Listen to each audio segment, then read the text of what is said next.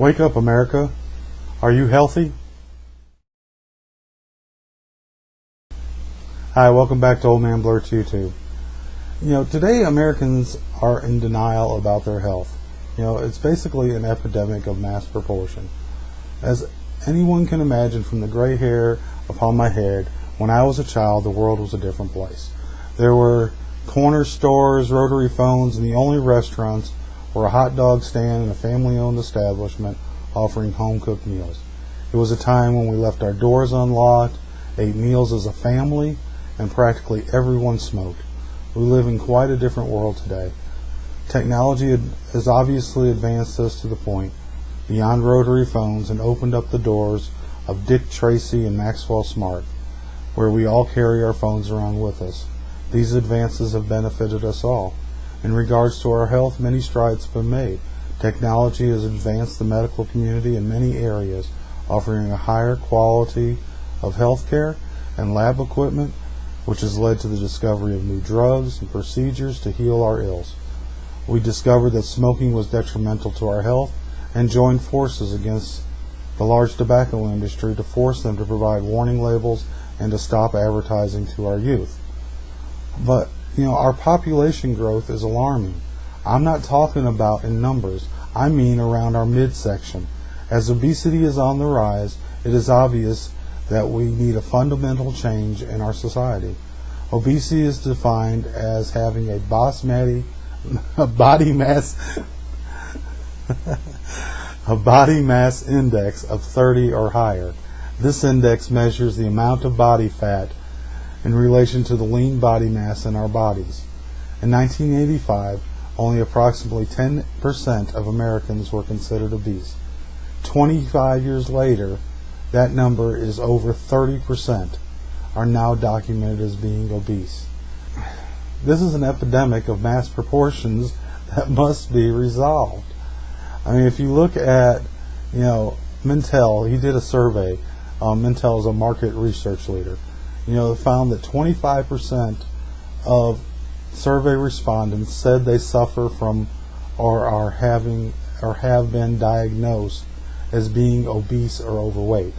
However, according to the Center for Disease Control, 67% of Americans fall into this category. Likewise, Mintel found 65% of his respondents were actually obese or overweight. We have all seen the numbers, we've all heard it on the news before, but what is the cause? I believe it is a combination of factors. Some blame our increase in sugar intake.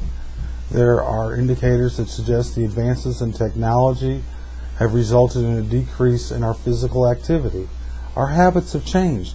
Our busy lifestyles have led to the creation of fast food, which in itself is a great idea, but has resulted in the creation of an industry that offers fried, high-calorie, high-fat choices.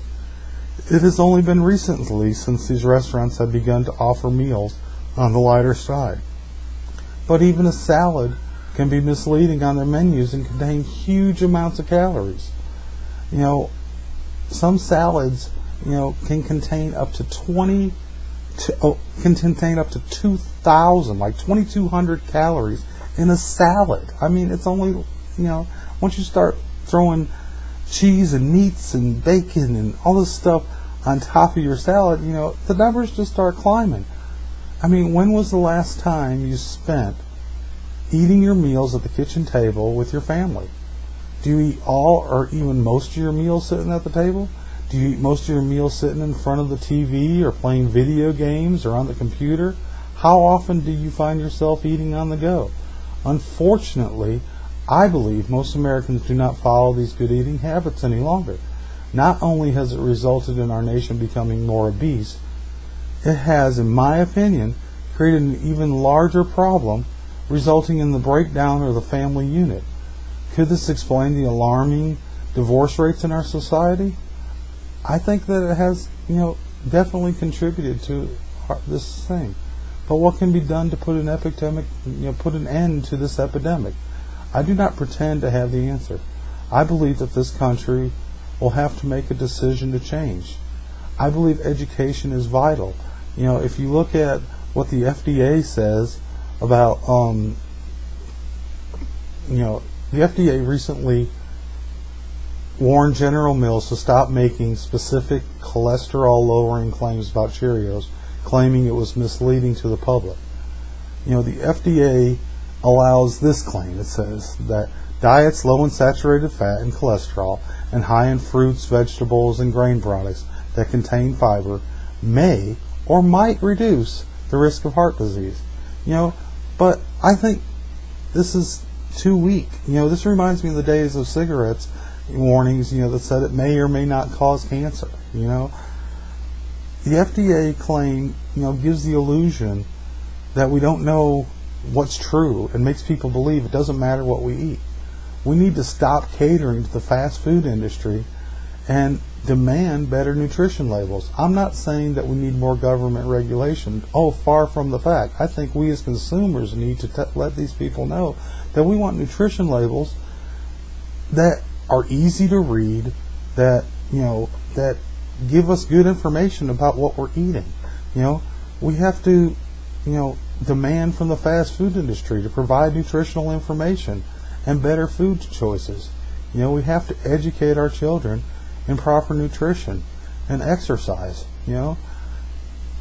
Education is vital to accomplishing goals.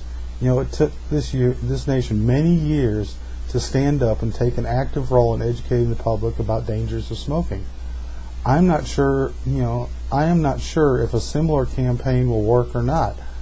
But like I said above, the news that our nation is becoming more obese came as no surprise. But I do believe we must change the way we live and let the fast food industry know we want better knowledge and we want better food choices. We have to educate our children, and education, is key. We need to eat as a family, to rebuild those relationships. We need to turn off the TV, take the kids outside to play, so they can get some exercises. We can't just let them sit around and play video games all the time. A fundamental change is needed. I believe we can overcome this epidemic of mass proportions, but it's going to take us as a society to, demand and step up and take an active role in getting this accomplished.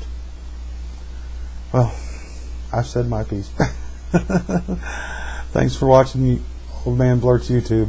Y'all have a nice day. God bless you.